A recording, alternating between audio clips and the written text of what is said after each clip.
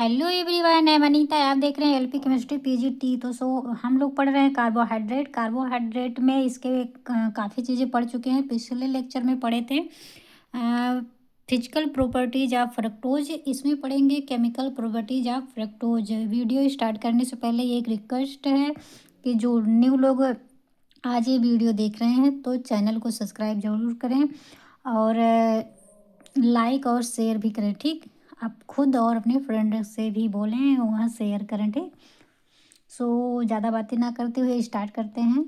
Chemical properties of fructose. ठीक, इसमें क्या होता है, केमिकल प्रॉपर्टीज ऑफ फ्रक्टोज है, मतलब फ्रक्टोज के केमिकल प्रॉपर्टीज जो है इसमें क्या होता है। तो ये किस किस के साथ जो फ्रक्टोज है रिडक्शन करता है, ऑक्सीडेशन करता है, क्या होता है, वही सब इसमें पढ़ा जाता है। ठीक, इसमें पहला है, हम देखेंगे ऑक्सीडेशन। फ्रक्टोज का ऑक्सीडेशन कैसे होता है वो पढ़ेंगे। ठीक, तो इसमें क्या होता है, fructose does not show any reaction with bromine water. ठीक, इसके पहले क्या था कि जो ग्लूकोज था ना वो ब्रोमीन वाटर के साथ रिएक्शन करके जो एल्डिहाइडिक ग्रुप रहता है उसको एसिड में कन्वर्ट कर देता है। ठीक, ये माइल्ड ऑक्सीडेशन होता है, मतलब बहुत इसको बोल सकते हैं डाइल्यूट। एक हिसाब से डाइल्यूट से भी कम एसिडिक होता, बहुत ज़्यादा एसिडिक नहीं होता है। ये एल्डिहाइडिक ग्रुप को एसिड में कन्वर्ट कर देता है। ब्रोमीन और वाटर ये किस में होता है, ग्लूकोज में होता है। बट इसमें कह रहा है कि इसमें ऐसा कुछ नहीं होता। Fructose does not show any reaction with bromine water. कह रहा है कि फ्रुक्टोज जो है ब्रोमीन वाटर के साथ कोई रिएक्शन नहीं करता है। ठीक, लेकिन क्या करता है, but it get oxidised by nitric acid to form mixture of gluco gluco ये glycolic acid and tartaric acid. ये इसके साथ तो रिएक्शन नहीं करता है ब्रोमीन और वाटर के, बट ये नाइट्रिक एसिड के साथ ऑक्सीडाइज होके ग्लाइकोलिक एसिड और टार्टरिक एसिड का ये एक मिक्सचर बनाता है। ठीक, ऑक्सीडाइज होके बनाता है क्या चीज़, ग्लाइकोलिक एसिड और टार्टरिक एसिड। जैसे कि यहाँ पे आप लोग देख सकते हैं, ये हमारा है फ्रक्टोज का स्ट्रक्चर। ठीक है, तो फ्रक्टोज का स्ट्रक्चर जो है इसका, जब इस फ्रक्टोज से फ्रक्टोज को ऑक्सीडेशन करवाते हैं किसके प्रजेंस में, HNO3 के प्रजेंस में इसका हम ऑक्सीडेशन करवाते हैं तो क्या बन जाता है हमारा, दो चीज़ बनता है। एक ग्लाइकोलिक एसिड बनता है, दूसरा बनता है हमारा टार्टेरिक एसिड। ठीक है, जब इसका करवाएंगे तो दो चीज़ बन जाता है। फिर उसके बाद क्या होता है, ये जो हमारा टार्टेरिक एसिड है ये आप लोग जानते होंगे, जैसे कि ये पाया जाता है, ये पूछता भी है पेपर में काफ़ी चीज़ें कि मतलब टार्टेरिक एसिड किस में मिलता है, कहाँ पे पाया जाता है। तो ये बहुत फेमस कि इमली में, खट्टे फलों में पाया जाता है, बट सारे में नहीं। लेकिन हाँ ये चीज़ है कि इमली जो है उसमें पाया जाता है। और अंगूर वो भी देखिए थोड़ा बहुत खट्टा रहता है, उसमें भी पाया जाता है। और केला में, नॉर्मली केला में भी उसे थोड़ा बहुत पाया जाता है। ठीक, तो किस में पाया जाता है ये हमारा टार्टरिक एसिड, अंगूर, केला, इमली और भी ऐसे हैं कुछ जिसमें टार्टरिक एसिड मिलता है। ठीक, इसके बाद नेक्स्ट देखेंगे, वो क्या था हमारा ऑक्सीडेशन। ठीक, फ्रुक्टोज का वहाँ पे ऑक्सीडेशन हो रहा था तो उसमें टार्टेरिक एसिड और ग्लाइकोलिक एसिड बना था। अब इसका फ्रक्टोज का रिडक्शन करेंगे तब क्या बनेगा, तो इसको देखते हैं।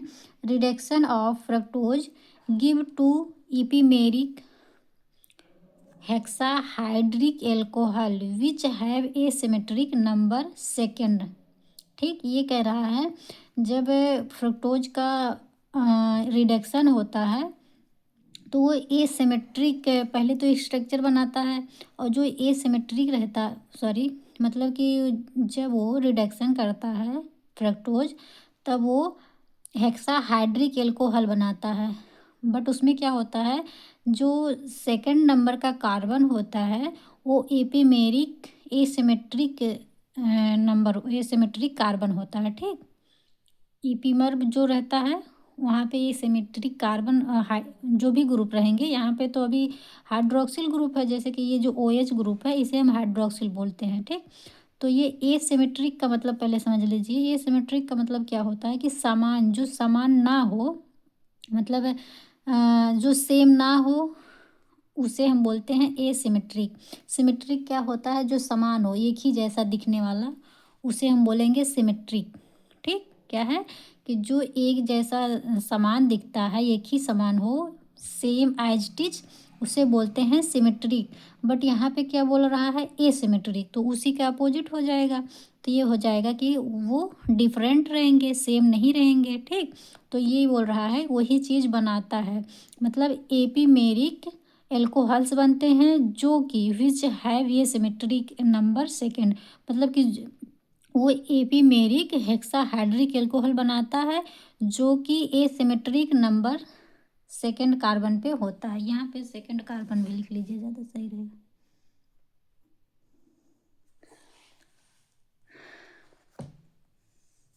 ठीक।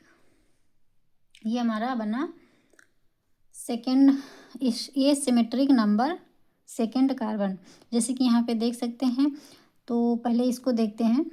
देखिए, जैसे हम, ये हमारा है फ्रुक्टोज, डी फ्रुक्टोज को जब हम रिडक्शन करवाते हैं, ये हमारा रिड्यूसिंग एजेंट है, ठीक।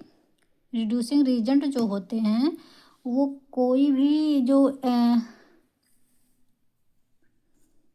एक मिनट, ठीक है, जो ये सोडियम बोरोहाइड्राइड होता है, ये एक रिड्यूसिंग रीजेंट है, ठीक।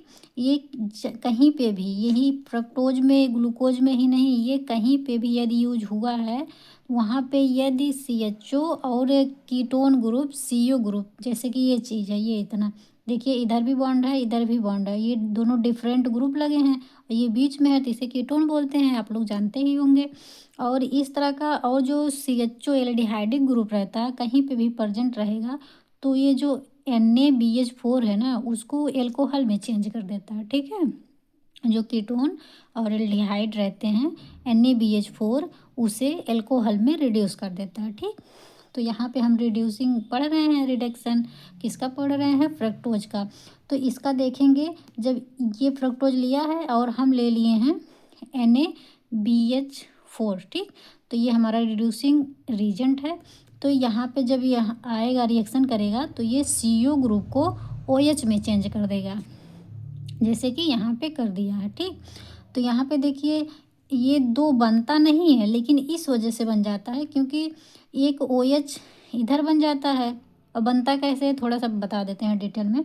ये जो NaBH4 है ना, यहाँ से हमें मिलता है H निगेटिव, मतलब जैसे H+ होता है वैसे यहाँ से मिलता है H निगेटिव। तो ये जो H निगेटिव है, ये न्यूक्लियोफाइल के तरीके यहाँ पे अटैक करता है, ठीक। इस कार्बोनिल ग्रुप पे अटैक करता है।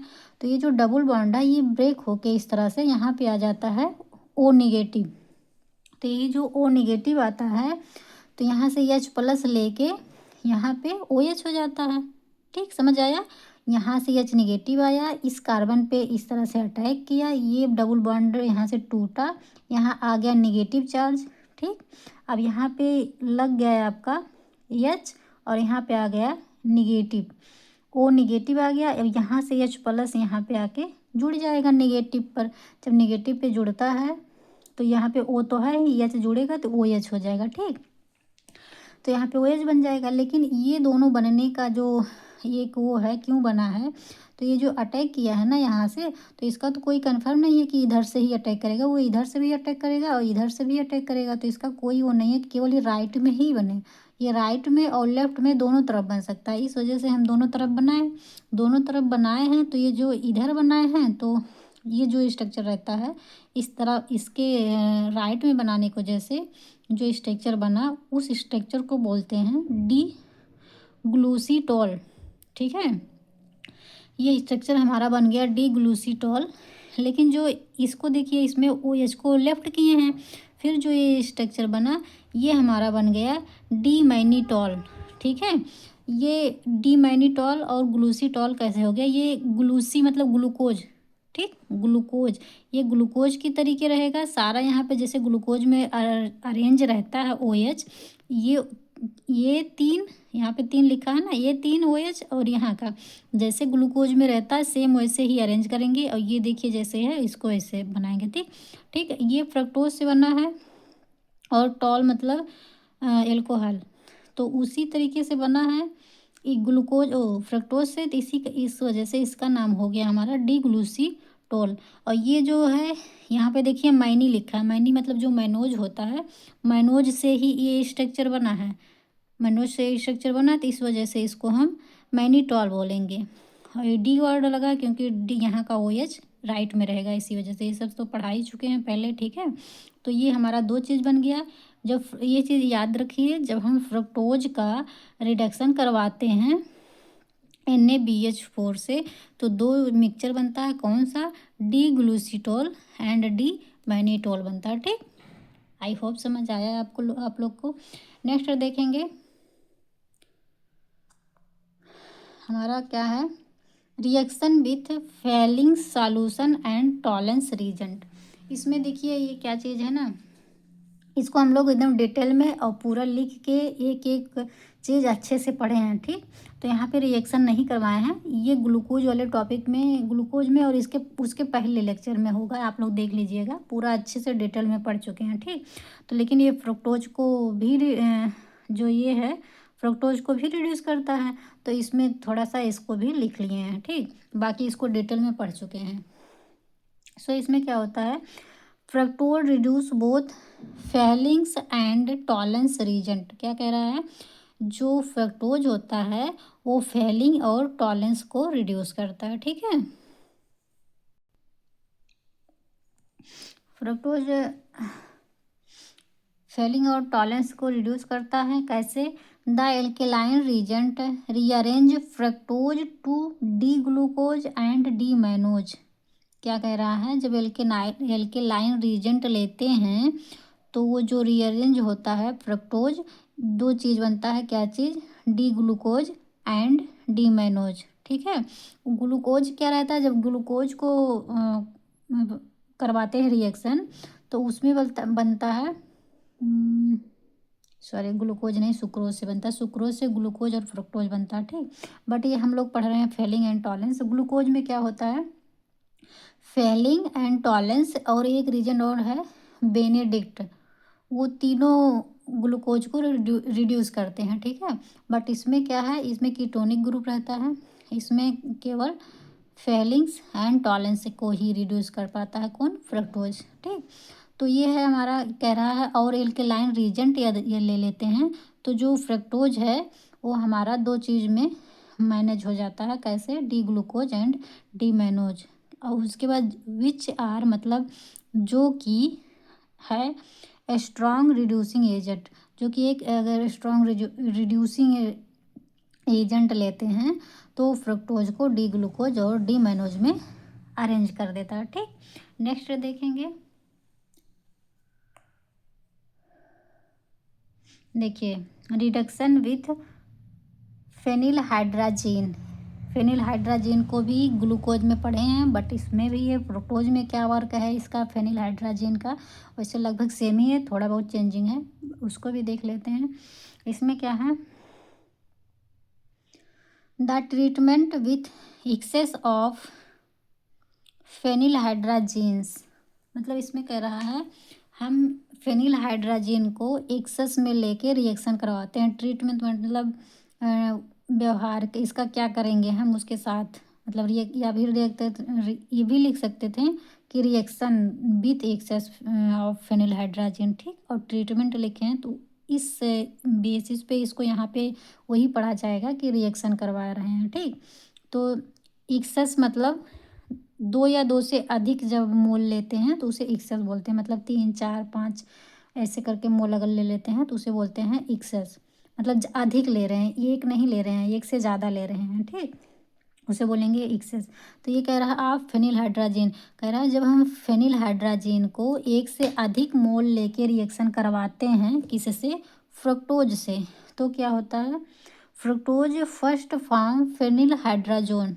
जब हम फेनिलहाइड्राजीन के 3 मोल लेते हैं, उसमें से जब पहला मोल लेते हैं तो अगर फ्रक्टोज के साथ रिएक्शन करवाते हैं तो वो बनता है हमारा फेनिल हाइड्राजोन, ये देखिए डिफरेंट है, ये फेनिल हाइड्राजीन है और यहाँ पे क्या बन रहा है, फेनिल हाइड्राजोन बन रहा है। ठीक, तो पहला लेते हैं तो फेनिल हाइड्राजोन बनता है। फिर क्या रहता है, later the C1 of CH2OH group gets oxidize to CHO by सेक ठीक है, यहाँ तक पहले समझिए क्या कह रहा है। मतलब एक मोल लिया गया तो ये बना, फिर सेकंड दूसरा मोल लेंगे तो जो C1 रहता है, C1 कार्बन पर जो फ्रुक्टोज लेंगे पूरा, तो फ्रुक्टोज के C1 कार्बन का जो CH2OH ग्रुप होता है उसे ऑक्सीडाइज करके CHO में चेंज कर देता है। ठीक, फिर क्या होता है, by second molecule of phenyl hydrazine, मतलब सेकंड मॉलिक्यूल हाइड्राजीन का सेकंड मॉलिक्यूल लेते हैं तब ये ऐसा होता है।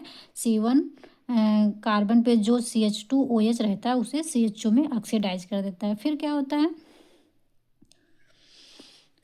CHO group finally react with third molecule of phenyl hydrazine to give osazone.